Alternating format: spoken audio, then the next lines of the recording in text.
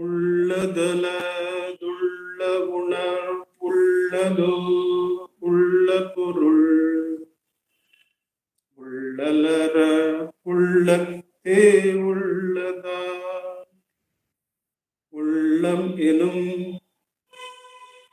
உள்ள பொருள் உள்ளல் எவன் உள்ளத்தே உள்ளபடி உள்ளதே உள்ளல் உணர்வாயே.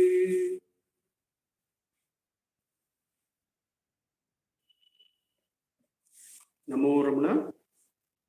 With Bhagavan's immense grace, we have been meditating on the verses of Ulladu Narpadu, the Ramanacentre. We have come to the Anubhava segment,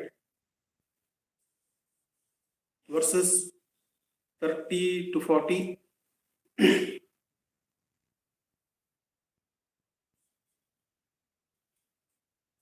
And we find the 34th verse before us, having completed 33rd, which goes like Ennai ariyen naan, Ennai arindhen naan, Ennal nagaipukku idanagum, Ennai தனை விடயமாக்க இருதானுண்டோ ஒன்றாய் அனைவர் அனுபூதி உண்மையால்.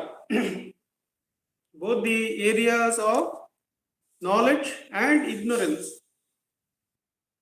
being objects, are transcended as the subject alone is in the Atmanishtha. When the self is attending to oneself with bhava bhala, or when it is in its natural state, having crossed all the vasanas, there exists only one self.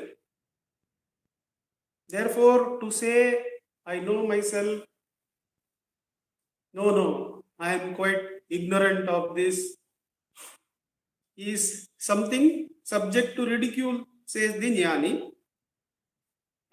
We go on to today's verse. Endrum evarkum,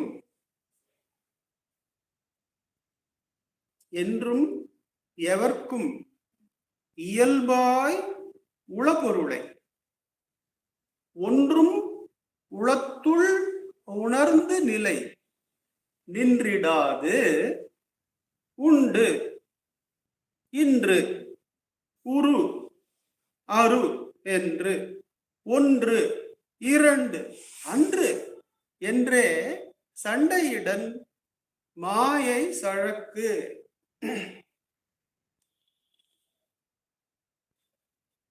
என்றும்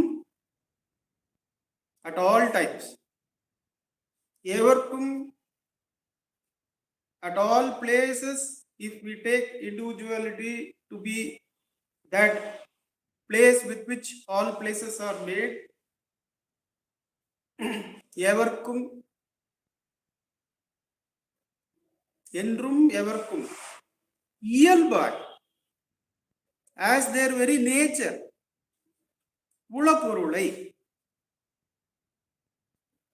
The first Mangala Shloka that we refer to, Ulladala, Ulla Unarvu, Ullado.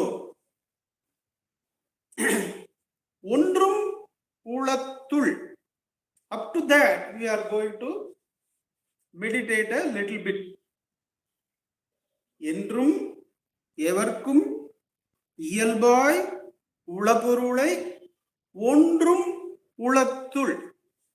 Up to that, we are going to meditate a little bit.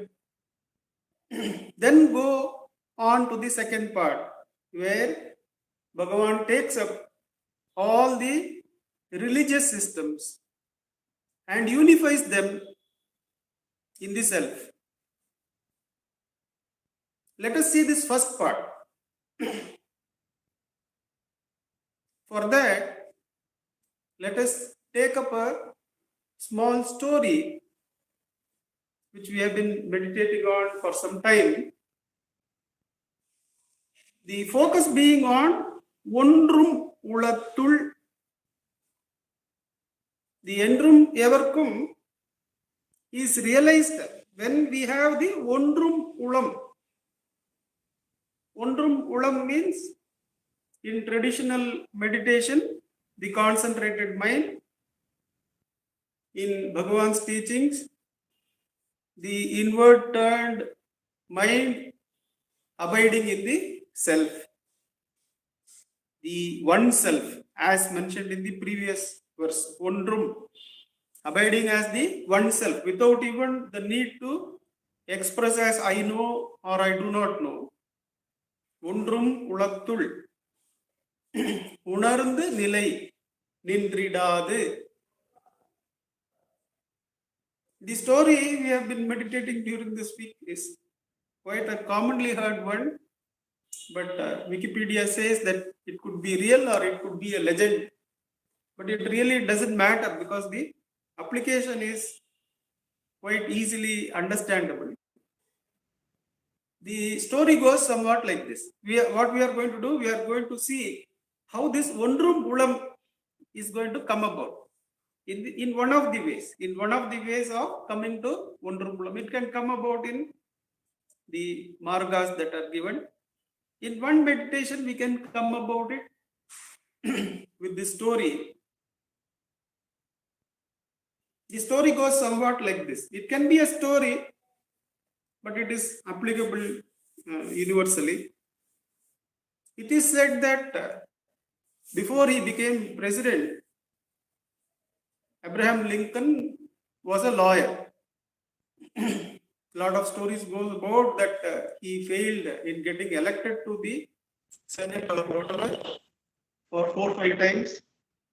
Those stories are told to increase perseverance in sadhana. But this story is about the Arjuna's state and how that takes us to the Ondrum Ulam. The story goes somewhat like this. It's not really important whether it happened or not. That before he became president, during his lawyer days, he was going in the morning to his office, horseback, along with some of the colleagues. And they see in the stormwater drain or ditch, whatever they had, a piglet stuck in the flow of that dirty water, struck and screaming for its life because any moment it could be pulled along and drowned. And Lincoln, it is said, gets down from his horse, dirties his pants and shoes and gets into the water, takes the piglet by both hands and brings it outside to safety.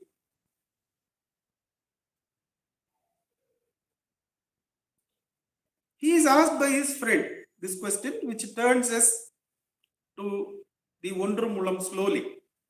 The friend asks, see, the duty at office was pending, and this piglet in a few days is going to be eaten. For that, for the suffering of the piglet, which is going to be eaten shortly in a few days, why did you spend so much effort, so much energy to relieve its pain? This is where he gives us the interesting turn, which Sadhuam Swamigal obviously says throughout. He says that it is not the suffering of the piglet that made me get into the dirty water. It is that on seeing it, I was deeply pained. And to redress my pain, I got into the ditch so that now I am relieved. It is not the This is an important point to be turned. So I have been discussing it with our friends here who are all doing the sadhana and satsanga. As I have shared, the person coming to our home to help out, they are constructing a temple. Lincoln, of course, became the president to go ahead and abolish slavery, which is an expansion of the same seva. Let us keep like that. That the serving of the country, saving of a life form, or the people who are building a temple so that others can go and pray and get relief, or the other person who is sending all her salary to her home so that the person, the father who has injured his arm severely and is not able to work, is also sustained with the rest of the family. Why are we sending? Why are we doing? Why are we constructing the temple? Why am I serving my mother? Why did my mother serve the four of us and not the children of the person who was coming to help us out, Parakuti Amma? Obviously, it is, as Lincoln says, it is to remove the pain in us. Sadhuvam Swamigal directly brings this, that nothing is done other than for your own redressal or your own happiness. That is an important turning point. Ondru Mulam. We feel that we are doing something for the world. We are doing something for the outside duty. It could be anything. But it is not for that. It is that we feel that if we don't do it, there is some discontent. There is some feeling of vacuum, of not being a good person. Something is there. Now, what does then? So, the Ondru Mulam first comes by taking it from there to here. That I go to work and serve my family because I feel that if I don't do it, I am not acting rightly. Because if the girl who sends all her salary to her Tiruvannamalai home, if they make a remark against her, then if she feels she is doing something for them, then inevitably hurt is waiting on the wings. The person who is constructing the temple, already they are getting a bad name regarding funds, though they have sold their existing plot with a lot of difficulty and put all the funds into the project, and we know this.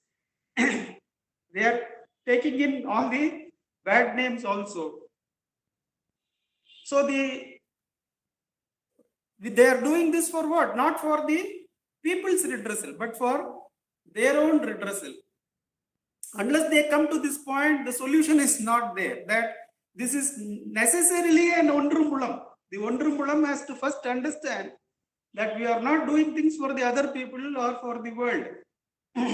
We'll find it shortly why it is so essential, why Lincoln's step, that it is not for that living being that he stepped in. It is because he himself was feeling the sorrow. But is the construction of the temple or running of the country or saving of the piglet or serving of the mother or serving of children, is that Shashwata?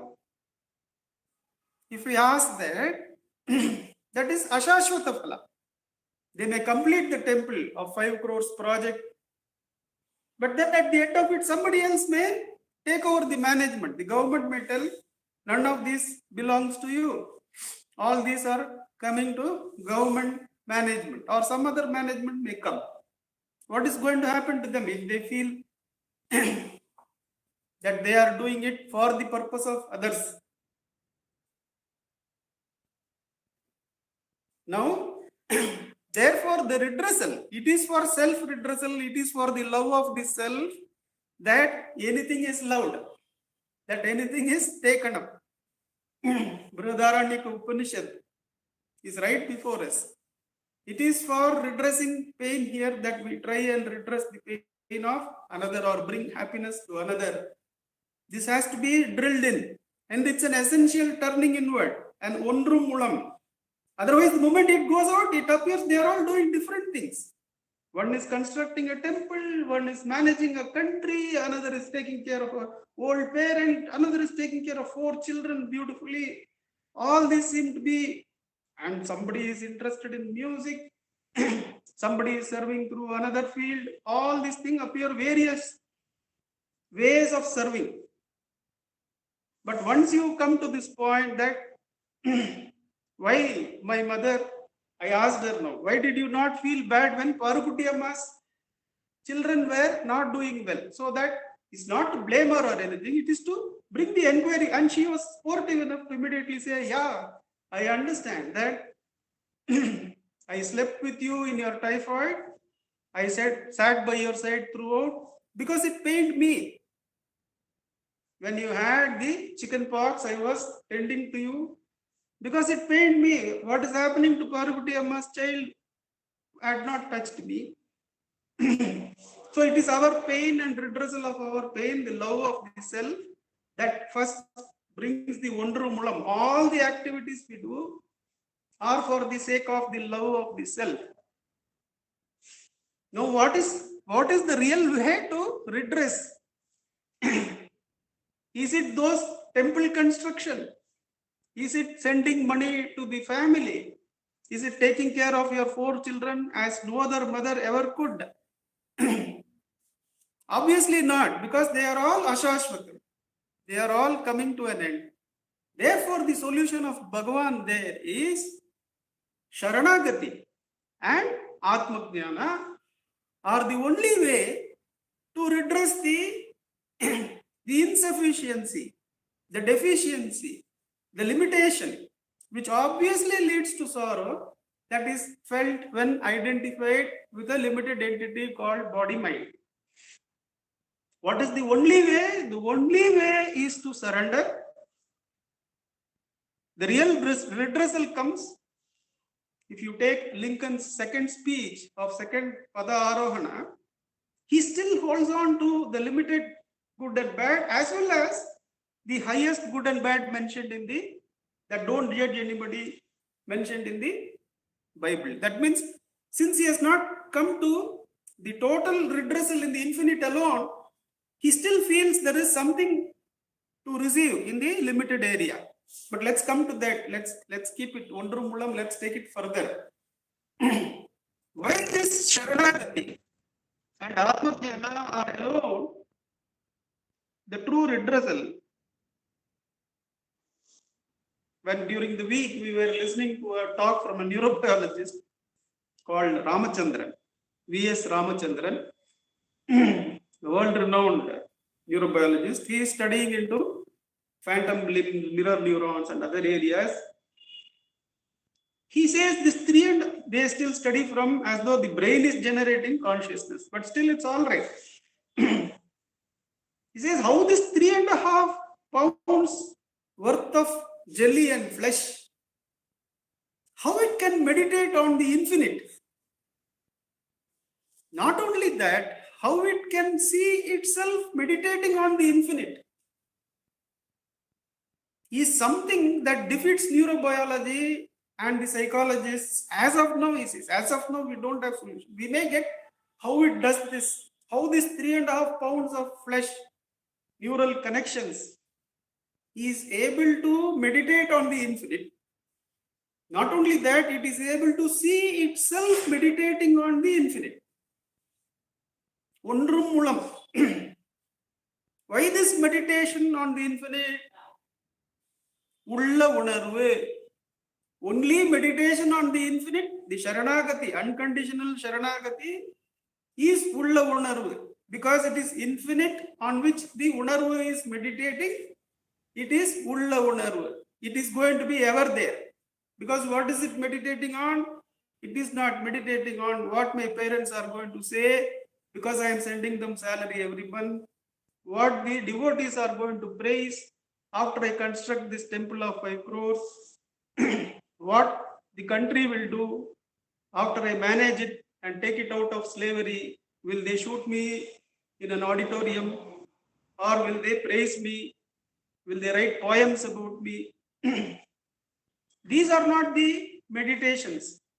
The meditation on the infinite is ulla unarvu. It is always there. Ramachandran says how this mind is able to contemplate on the infinite. Just the contemplation on the infinite is Sharanagati.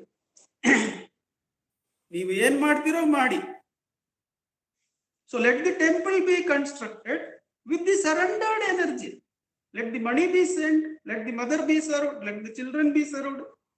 Not that activity of saving the piglet is going to redress my pain. But I am still saving the piglet or whatever it is, the serving of the world. I am not putting down anything. It is saving a jiva, is saving everything. If one life is saved, then whole of humanity is saved, says somebody. But when we understand that, that the saving of that is a ashashvata phala. Now, with the surrendered mind, with the mind surrendered to the infinite, when one saves that, when one sends the money, when one constructs the temple, when one manages the country, that is a different flow of surrendered energy about which one is not concerned. One is not even looking to that silence of surrender to get some ideas to manage the country. No, not even like Socrates. Not even like Socrates that I know the unknown. So let me get the ideas to the country from that unknown. This surrender is not even for that. This silence of self-attention or the meditation on the infinite is not even for that. But then we have not yet come to Bhagavan, who is giving the ultimate solution. We have come up to surrender and contemplation on the infinite. But the key that Bhagavan gives is, when you contemplate or inquire who is contemplating on the infinite, then the infinite drops and the self-attention alone remains. You are the infinite. Suppose you are contemplating on the infinite, then the infinite is not infinite. That is what Bhagavan says when somebody says, Sarvam Vishnumayam Jagat. Is it not the highest contemplation? Bhagavan says, if you stand apart from it and contemplate on it, how it can be Sarvam Vishnumayam? So the self-attending to itself alone is the actual application of Sarvam Vishnumayam. Is the unconditional surrender and is the real relief to the Atman, because it is Atmanishto Bhavatvam. And whatever service has to take place, it takes place like a dream with absolutely nothing in it for the one doing it. Absolutely nothing. Nishkami karma becomes the automatic thing for the one in Atmanishta. What is there? If you expect, you are going to suffer. You know that. Still, the seva is done because the ladders on which we climb are definitely not kicked. Definitely not to be kicked. And if one wants to kick it, then one is getting rid of the Sarvam Vishnumayam Jagat. If you say by doing that you are going to lower, that means still Sahajasthiti has not come. So one still serves the mother, one still constructs the temple perhaps, or whatever one does. But with what? With surrender and Atmanishta as the only existence. Not even that there is an infinite to contemplate upon. Because Bhagavan comes in there and says that if you are contemplating on the infinite, how can that be infinite? You may have this feeling, but still you are putting an effort to hold on to the infinite. Therefore, the self-attending to itself, contemplating on the infinite drops. The self-attention alone is there. Ondrum ulathul. Ulladala ulla unarvu ullado.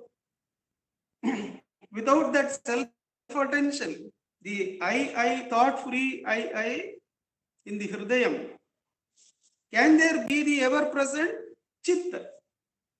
The ever-present Chit cannot be apart from this. So that Spurana also, the Spurana of I also quietens down. And there is no separate one to feel this Purana.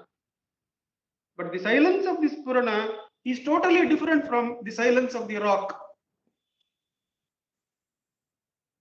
The silence of this Purana is at the other end of this consciousness spectrum.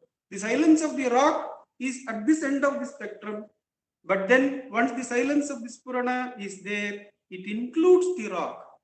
It envelops the rock. The rock cannot be apart from that silence. That is Ondrum Ulam. The entire objective field is now made unified, is one in the self. The self alone is the Jagat. The self alone is the Jiva. The self alone is the Ishvara. Ondrum Ulathul. In that unified mind, which is now freed of the feeling that it is having a multiple, diverse universe to serve or be served.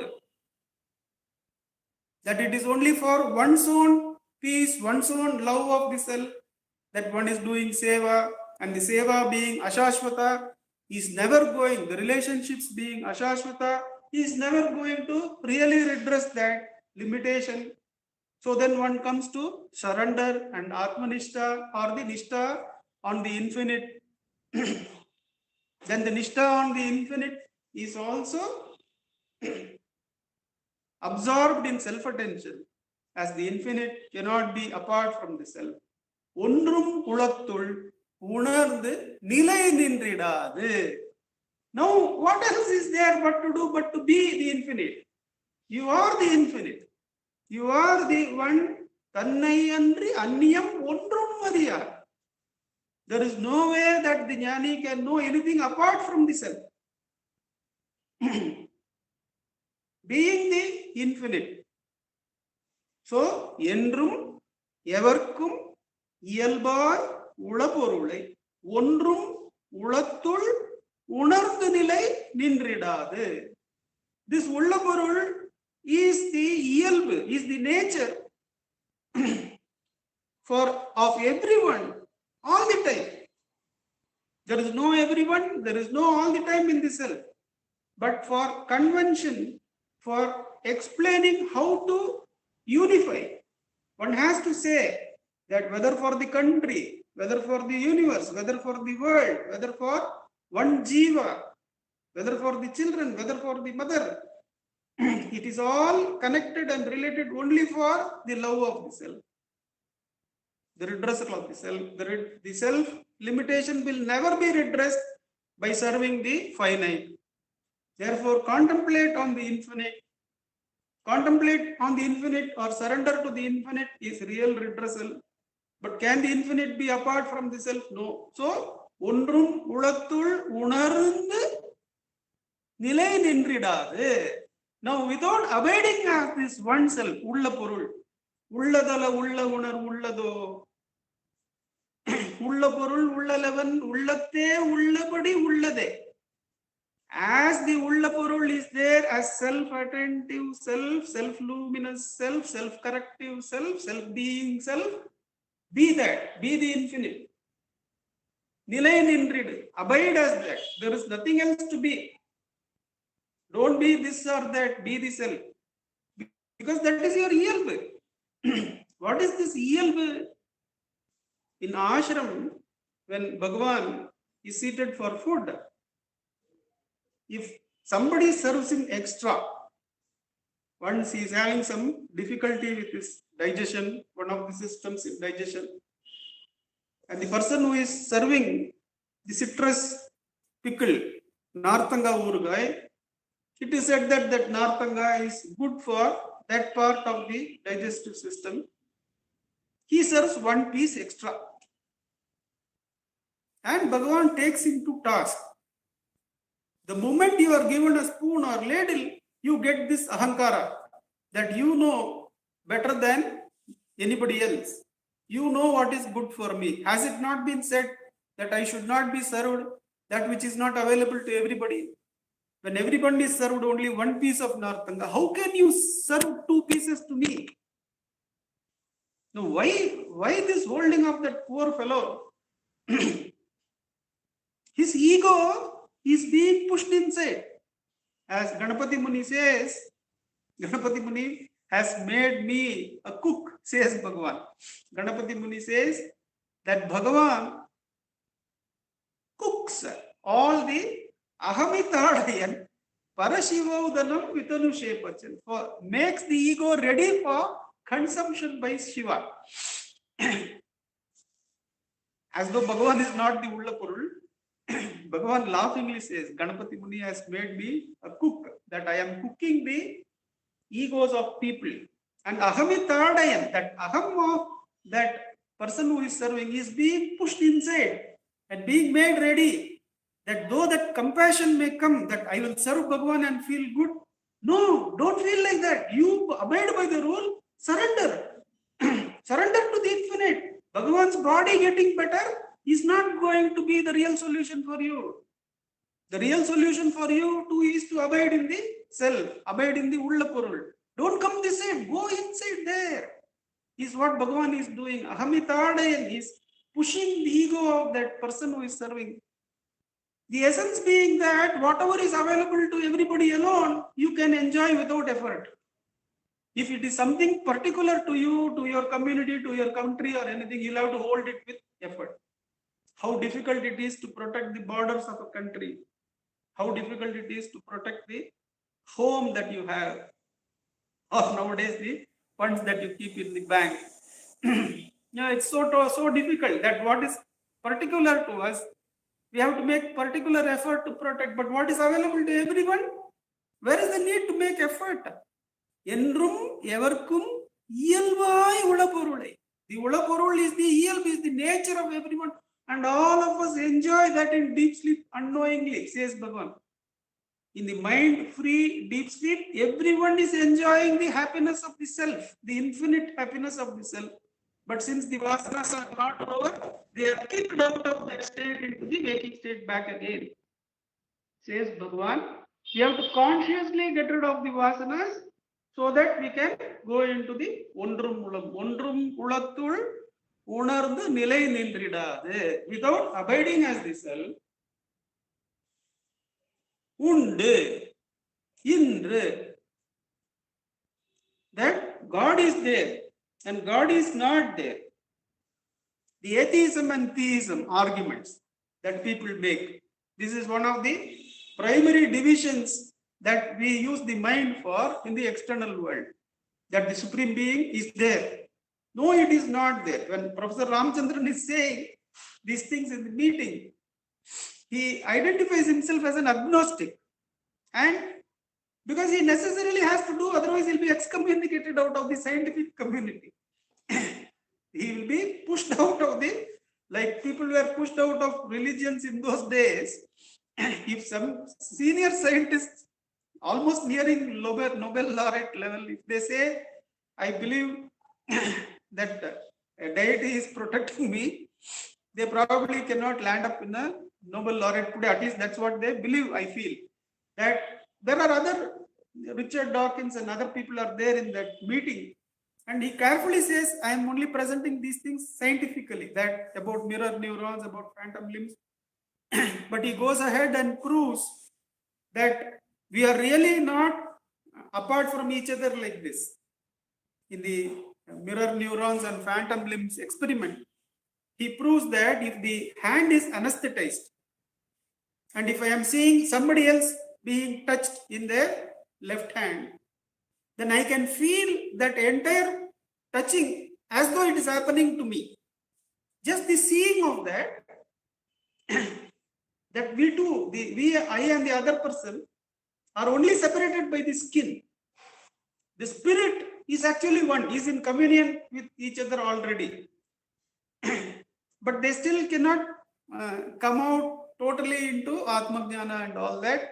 He specifically says, I do not know about Vedanta and other things, because otherwise probably he cannot stay on in that community unless he stays with those objective results.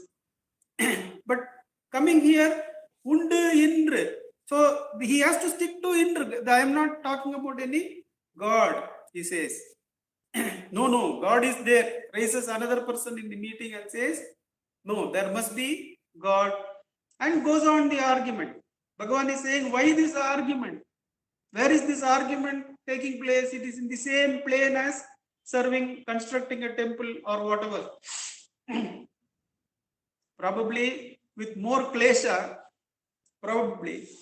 So there is no need to do that, says Bhagavan. You go and be in the self, abide in the self. Undu endru. Uru aru. Another division that we are very eager to take part in or emphasize is that God is with form, without form. Whenever Bhagavan is asked this, Bhagavan will return the compliment by asking, let us leave God to his scheme of things. Do you have a form? Bhagavan will say, if you find Uruvam Tanayin, Ulladu Paramatra, Uruvam Tanandrel, Uvatrin Uruvatte, Kandurudalyavan. If you are identified with the form, necessarily the others in the world and God have a form. If you yourself have identified with the self, then the world and God too are now in the self. Even when we understand the I is Purana of Bhagavan, which is continuous, there, Ullaga is being the seen, the I is seeing only the I. So therefore the Ullaga is the I only. As there is nothing apart from my I, that is the supreme being. So the individual who started the inquiry, the world and the God, all the three are shining as the I.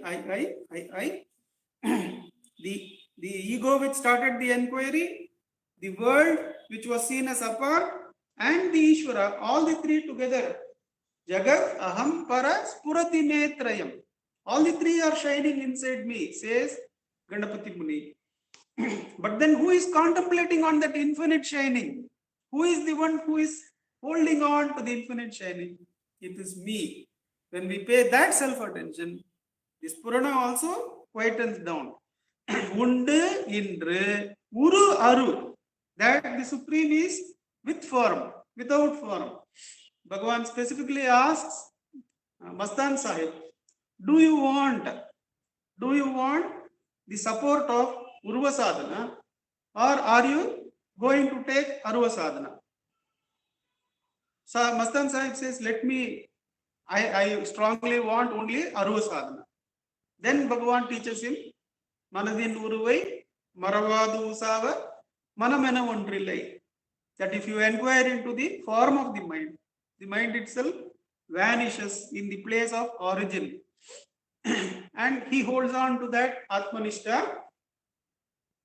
So, Uruvam, Aruvam. Uruvam, Aruvam. Ondru, Irandu, Andrendre. Ondru seems to be Advaita. I say seems to be. Irandu is Dvaita and Andru. Ondru Malla, Irandu Malla என்பது Visishta Advaita. All the three creeds, Bhagavan is going to absorb into the self. I won't say he is demolishing them. I am saying that their real form. I am not demolishing my mother. I am not demolishing the seva to her. I am not demolishing the temple. I am only absorbing them all into the real form of the self. What is the temple? The temple is the Atma. Mother is who? What is the real form of mother? Real form of mother is the self.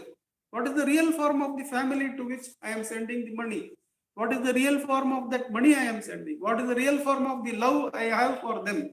The reality is only the self.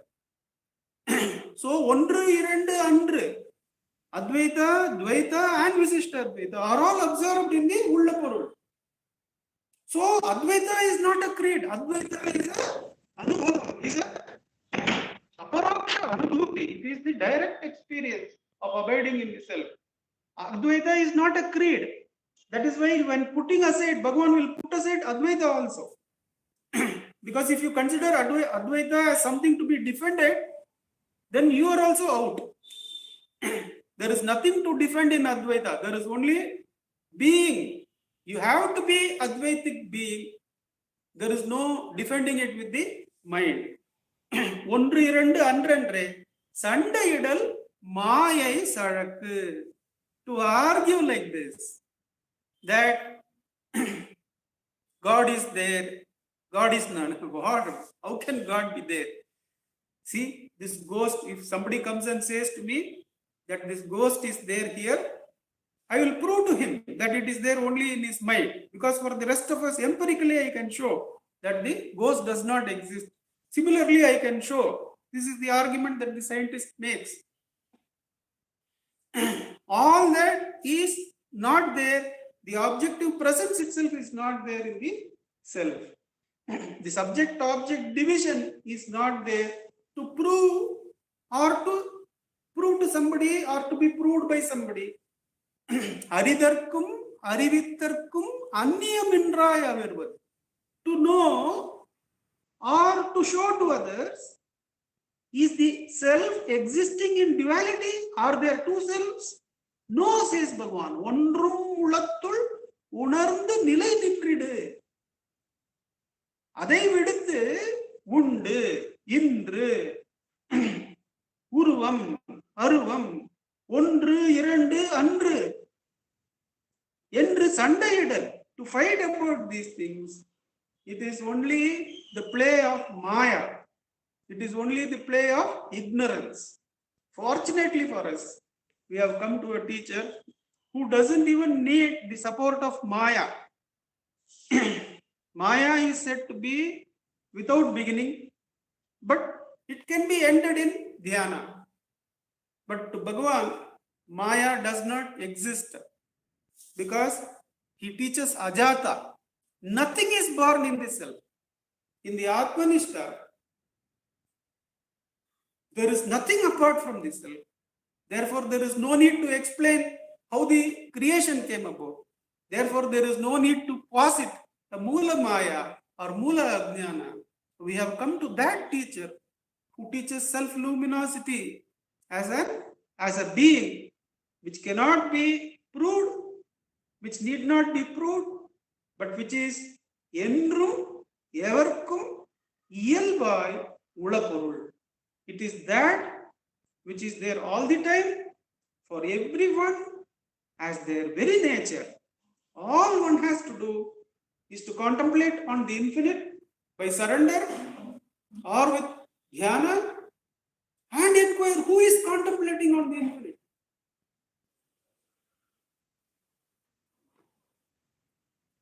The infinite drops and the self alone is. With Bhagavan's immense grace, let us sit in that Atma Vichara right from the beginning. Right in the beginning, let us ask the question, for whom is this thought? Eventually, we will come to the point, for whom is this infinite? It is for me. Who am I? The infinite too quietens down. And Atma alone is there. Let us sit in practice till 8 o'clock when we will listen to Akka. Ujjwalji, can you set us the time? Thank you.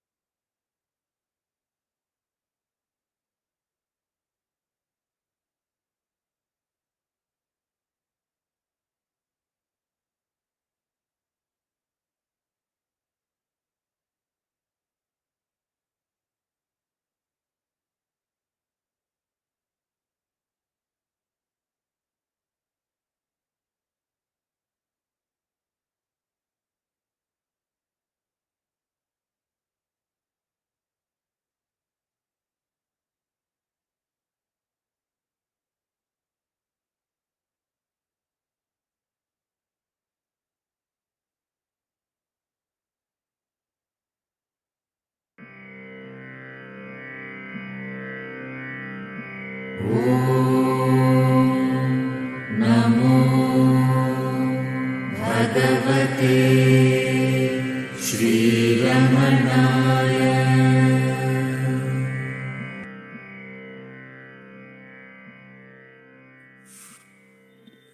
Namo Ramana. Namo Ramanaka. Namo Ramana. Prostrations to Ramana, shining as the self in all beings. By the immense grace of the self manifest as Ramana, we in this satsang are meditating on his words in the Ulladu Narpadu and also practicing the method of self-inquiry delineated by Bhagavan. Each verse of self-inquiry in this Ulladu Narpadu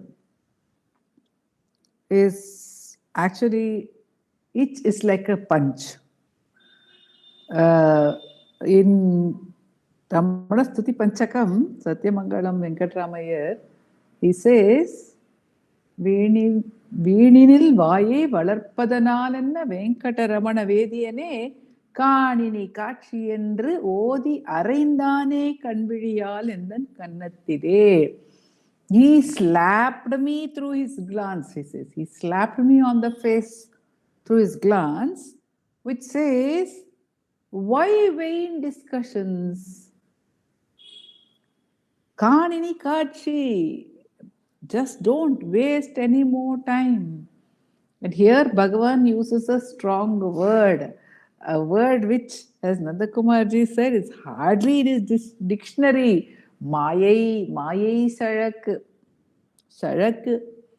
It is said by the senior old devotees of Bhagavan that he would hardly ever scold anybody. There are only 2-3 words which were taken as admonitions from Bhagavan in the Tamil dictionary. He would say, cheshtai. Enna cheshtai? What is this mischief? He would say. So, Sharak, he is saying here, Maye Sharak.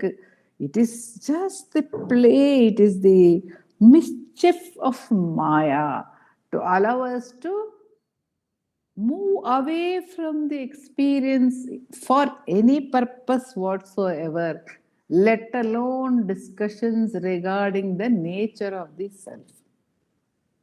And here Nandakumar ji has pointed out to us the beauty in a very simple and sweet manner, the beauty of being unified, bringing everything back to the self. Actually, at a very simple level, we can see that in division, there is pain. In division, there is Maya. We get cheated, illusion arises, or the scope to get cheated arises. As children, we have heard the story of 2 monkeys and a cat. How monkeys, they got a piece of bread and they had an argument among themselves as to how they should divide it, and a cat came and said, I will divide it fairly among you, and then he kept making one piece big, one piece small, and kept taking away the extra part and eating it himself until the whole piece of bread had gone. So it's because of division. And in union, when there is oneness, the stories of Panchatantra also show us that, there was a king of pigeons or the king of doves who said, when they were all caught in the net, he said, it's all right, if all of us fly together, we can find release. So in division, there is pain. Division is Maya. The very fact of division is Maya. So that's why Bhagavan is giving the opposites over here. He says, atheism, theism, it is there, it is not there. It has form, it does not have form. Like this, the two, the opposites to get into such kind of realm of opposites. And that can apply, of course, if it applies to the highest in the form of theism and atheism, it applies to everything. We agree, we disagree. We say, no, no, you said this, you did not say this. This, you have affection, you do not have affection. This exists, this does not exist. This is the truth, this is not the truth. So we extend it to everything. What do we extend? The concept of reality and illusion, is and is not. That we apply to everything, and we get caught in what is and what is not. We get caught in that illusion, says Bhagavan. So the need to unify, the need to be one, and where better to be one than in the self. This is what Nandakumar ji has told us today. If you bring everything to the self, then alone the oneness happens. So the oneness is most important. In today's delving into the meaning, the highlight has been to make us understand, not to take us to the play of Maya, but to make us understand the sweetness of that one self, which is Endrum Evarkum Iyalbu. I often would think, if the grace of the self is so extraordinary that it is open to everyone, Evarkum. It is open to everyone at all times. It never gets switched off. It never becomes unavailable for any reason whatsoever. Actually, I was going through some of Nandakumar ji's meditation on the talks. And I think in talk number 146, Bhagavan has said, even sadhana is not required. Why sadhana for that? Because it is ever available. The self is ever available. That is a talk which Nandakumar ji has meditated on for earlier in his writings and sharings. So the self is ever available. It is not dependent on the senses. If it were dependent on the senses, then one who is blind could not get the self. One who is visually challenged, or one who is auditory challenged, or challenged in any way, it is not even dependent on any part of the brain. We heard about Professor Ramachandran's inquiry, scientific inquiry, which gives high order of importance to the brain. But what when the brain is malfunctioning? The self does not deny itself even to one whose brain is malfunctioning for whatever reason, genetically or due to some physiological trauma, whatever the reason, the brain may be malfunctioning. In fact, one of the senior devotees in the ashram today, Sri K.V. Subramaniam, he shares that in his own case, due to some factors, there are malfunctions in the brain, which could cause a lot of emotional disturbance in him. But he says, coming to Bhagavan is so beautiful. One understands one is not the brain. We have the instance of Kohan, often quoted by Nandakumar ji, who in the state of dementia could say that it does not matter. The dementia in the mind does not matter. So it is beyond, it is available to all. Endrum evarkum iyalbai ula porulai ondrum ulathul. So we have to become one with that, or rather not become one with that. Realize that alone is one.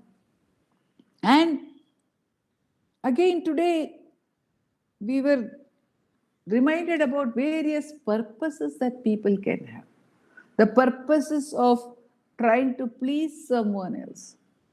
In this context, where Nandakumar ji spoke of the oneness, He also said that if we have multiple purposes, then there will be disappointment, there will be pain, or rather, even if there is one purpose in which there is a division between me and the purpose, there will be pain, there will be sorrow.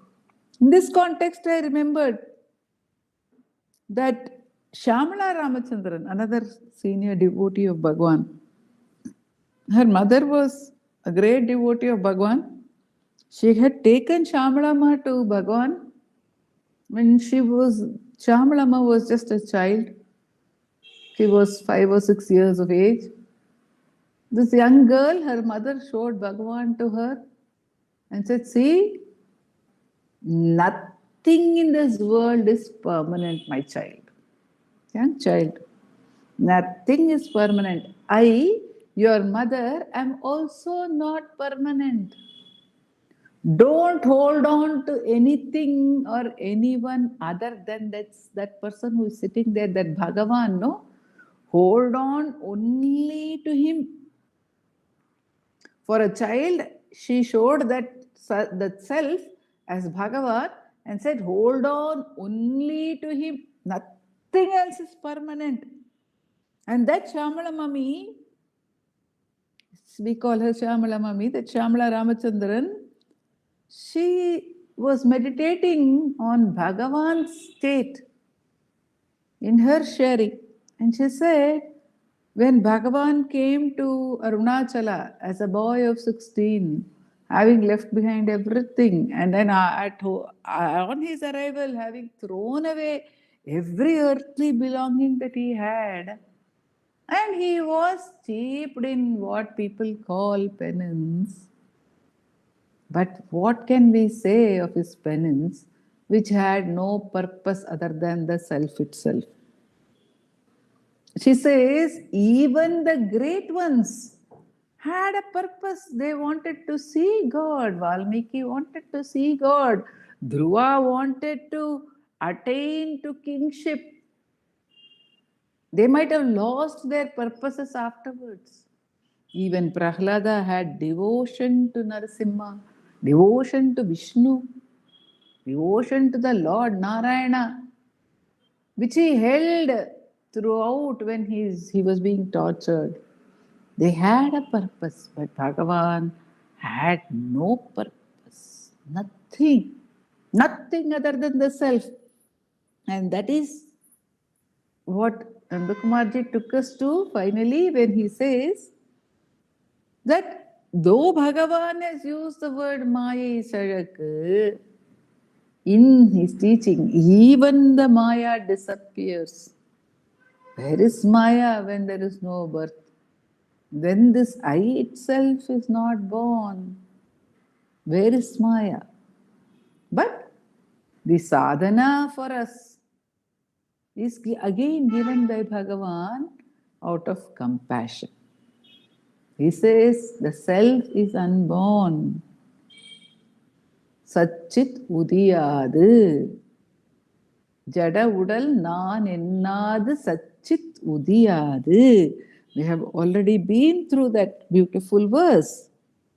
The self is unborn. When the self is unborn, where is Maya for the self? Where is division for the self? But Bhagavan says, there is something which arises in between, the middleman, the one who divides. The self has no division. The body also has no division. The one who divides, that Maya, that I thought, that ego, that jiva, that nutpamai, that ahandai, that has to be inquired into. That is the supreme way, Bhagavan says. The supreme way. Again, in that same talk 146, he says, it is the best way. He asserts that. Of course, he says it in Ulladu Narpadu also. He says it in Upadesha Undiyar also. This is the way to victory over everything. So if at all we find that we are caught in this Maya Shayak, which makes gives room to any duality of any kind, which divides first me and the world, me and the other, I and the other, and then thereupon builds numberless castles and countries and universes of duality. If at all we find even one thought arising, says Bhagavan, cut it there itself. Don't get into that Maya. Don't get caught. Don't get caught. So, even in our inquiry, otherwise in the sadhana, see, we may say, oh, do I get into a realm where there is no form? So many questions arise. What is this I? What is this I in my search? Bhagavan does not ask us even to give room to any such questions. Am I going to end up in the form? Am I going to end up in formlessness? Am I going to become zero? Am I going to become void? Will the mind exist after I get self-knowledge? Will the mind not exist after I get self-knowledge? It is having undu, andru. No, let us not get into any such questions, says Bhagavan. Just experience it. Earlier also he said the Vedas have declared, why are you not experiencing it? It is weakness of mind. Here he is calling it Mayai Sharak. It is the force of illusion to get caught in any form of duality whatsoever when the self is ever available. When it is ever available. In that verse he had told us, the Vedas are exhorting you to get back to the self. Here he says, nobody needs to tell you. It is shining in you. It is there in you. It is as you. It is always there as you. Who needs to tell you to get back? What other incentive do you need other than the fact that it is here? It is here. It is here and now. So do not waste any time, is Bhagavan's clarion call to us to enjoy the unbounded nature of the self, the unbounded, one's own unbounded nature, which is the truth. At all times, he says, at all times, even now. That means even now, here and now it is available.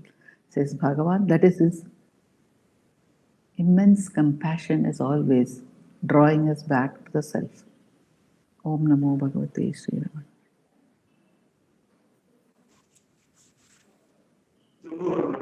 Namo Ramana. Namo Ramana.